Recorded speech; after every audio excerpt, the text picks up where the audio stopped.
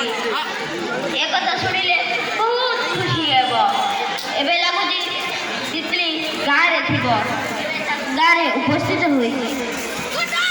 ତିତଲି ତିତଲି, ଆରେ ଶିବାନୀ ତୁ ଆସିଛୁ? ତିତଲି ଏ ତୁ ମୁହଁ କେମିତି, କ'ଣ ହୋଇଛି ତୋ ମୁହଁ? ସେସବୁ ବେଶୀ କଥା, ଶୁଣ ନା, ଘର ଭିତରକୁ ଆ। ଦୁଆରେ ଠିଆ ହବୁ କି? ଘର ଭିତରୁ ଆ ନା। ତୁ ଆଗେ ମୋତେ କହ, ତୋ ମୁହଁ କ'ଣ ହୋଇଛି? ସେସବୁ ବେଶୀ କଥା, ତୁ ଘର ଭିତରକୁ ଆ ନା। ତତେ ମୋ ସତ କଥା କହ, ତତେ ମୋର ସତ କଥା କହ, କ'ଣ ହେଇଛି ତୋ ମୁହଁ? ଭିତରକୁ ଆ, ତାପରେ ଯାଇ କହିବି।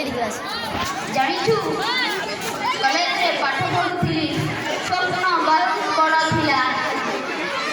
କିନ୍ତୁ ଦିନ 2ଟା ବେଳେ କଲେଜରୁ ଫେରୁଥିବା ସମୟରେ,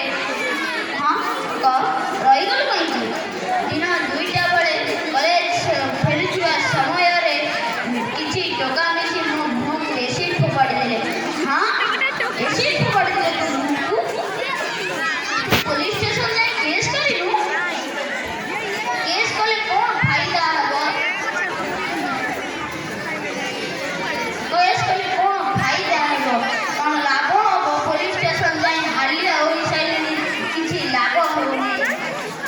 କିଛି ତୁ ଏବେକା ଯୁଗରେ ଯେହେତୁ ତ ସରକାର ଲୋକଙ୍କ ପାଇଁ କେତେ କ'ଣ କଲେଣି। ତୁ ଏବେ ଚାଲ ପୋଲିସ ଷ୍ଟେସନ, କ'ଣ କିଛି ଲାଭ ହେବ?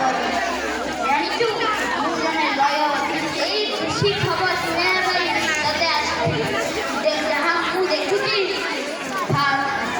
ମୋର ଫାଷ୍ଟ କେସ୍ ତୋରି ହିଁ ହେବ। ଚାଲ ଏବେ ଚାଲ ଯିବା।